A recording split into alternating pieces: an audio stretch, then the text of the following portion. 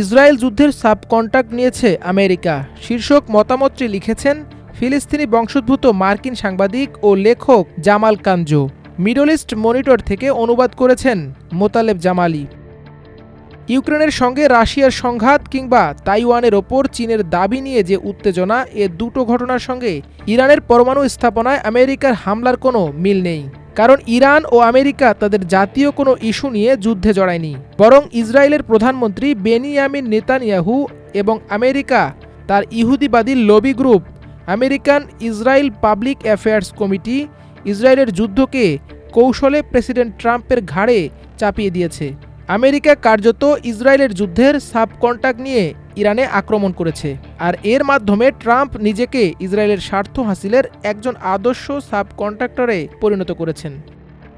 Netanyahu কয়েক দশক ধরেই আমেরিকান রাজনীতিকে ম্যানিপুলেট করে তার নিজের স্বার্থ হাসিল করেছেন খুব চমৎকারভাবে। 2002 সালে মার্কিন কংগ্রেসকে আশ্বস্ত করে বলেছিলেন, আমি আপনাদের গ্যারান্টি দিয়ে বলতে পারি আপনারা সাদ্দাম হোসেনকে ক্ষমতা থেকে উৎখাত করলে ইরানের নতুন প্রজন্ম তাদের দেশের ধর্মীয় নেতাদের ক্ষমতা থেকে ছুঁড়ে ফেলবে। কিন্তু ইরাকে সরকার পরিবর্তনের পর দেশটিতে চরম বিশৃঙ্খল পরিস্থিতির সৃষ্টি হয়। অন্যদিকে ইরানে সরকারের বিরুদ্ধে গণ অভ্যুত্থান শুরুর কোনো লক্ষণই দেখা যায়নি। এর 23 বছর পর 2025 সালে এসে নেতানিয়াহু মধ্যপ্রাচ্যের চেহারা বদলে দিতে তার উদ্দেশ্য চরিতার্থ করার জন্য আবার আমেরিকাকে যুদ্ধে জড়াতে সফল হন। এভাবে প্রতিবারই আমেরিকা ইসরায়েলের হয়ে মধ্যপ্রাচ্যে যুদ্ধে জড়িয়ে পড়ে, আর এর ফলে পুরো অঞ্চলই দেখা দেয় আতঙ্ক, ছড়িয়ে পড়ে বিশৃঙ্খলা, আর এটার জের ধরে জোরদার করা হয় ইসরায়েলের নিরাপত্তা।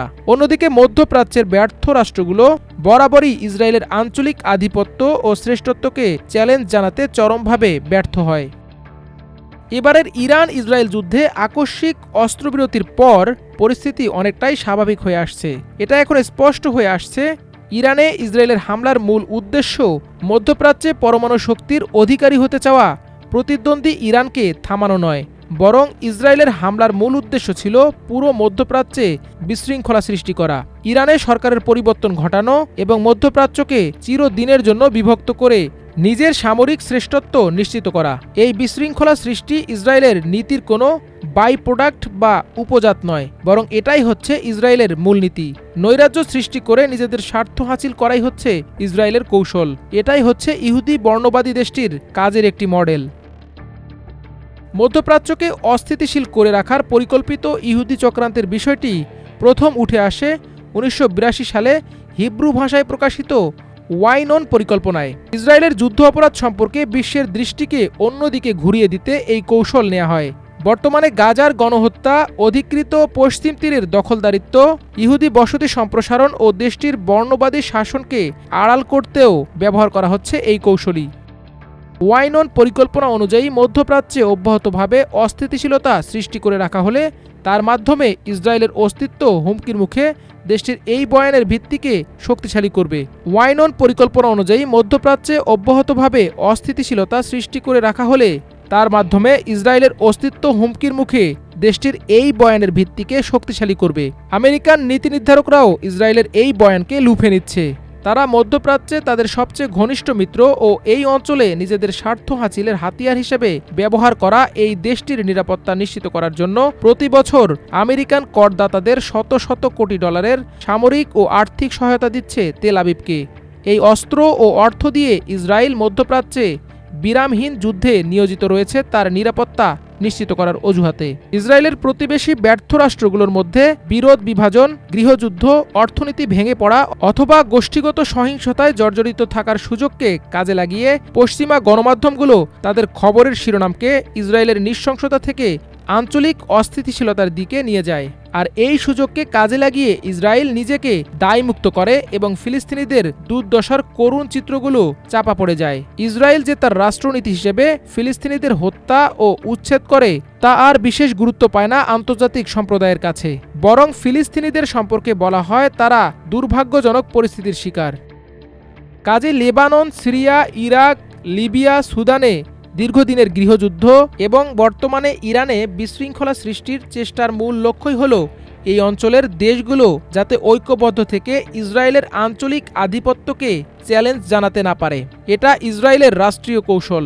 একটি ছত্রভঙ্গ মধ্যপ্রাচ্যকে নিজের নিয়ন্ত্রণের মধ্যে রাখা ইসরায়েলের জন্য খুবই সহজ এবং একই সঙ্গে বিশ্ব এ ধরনের অঞ্চলকে গুরুত্ব না দিয়ে বরং অবজ্ঞার চোখেই দেখবে।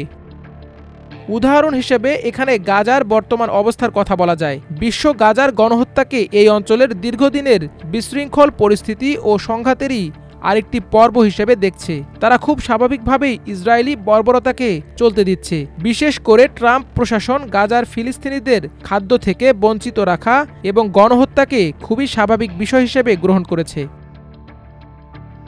আমেরিকার অর্থায়নে তৈরি গাজার তথাকথিত ত্রাণ বিতরণ কেন্দ্রগুলো এক একটি কিলিং জোনে পরিণত হয়েছে। প্রতিদিনই এসব ত্রাণ বিতরণ কেন্দ্রে শতাধিক ফিলিস্তিনিকে গুলি করে হত্যা করছে ইসরায়েলি সেনারা। ত্রাণ নিয়ে আসা ফিলিস্তিনিরা ত্রাণের পরিবর্তে স্বজনদের লাশ কাঁধে নিয়ে তাঁবুতে ফিরছেন। আর এসব দৃশ্য, এসব হত্যাকাণ্ড ইসরায়েলি যুদ্ধের ডামাডোলে হারিয়ে যাচ্ছে।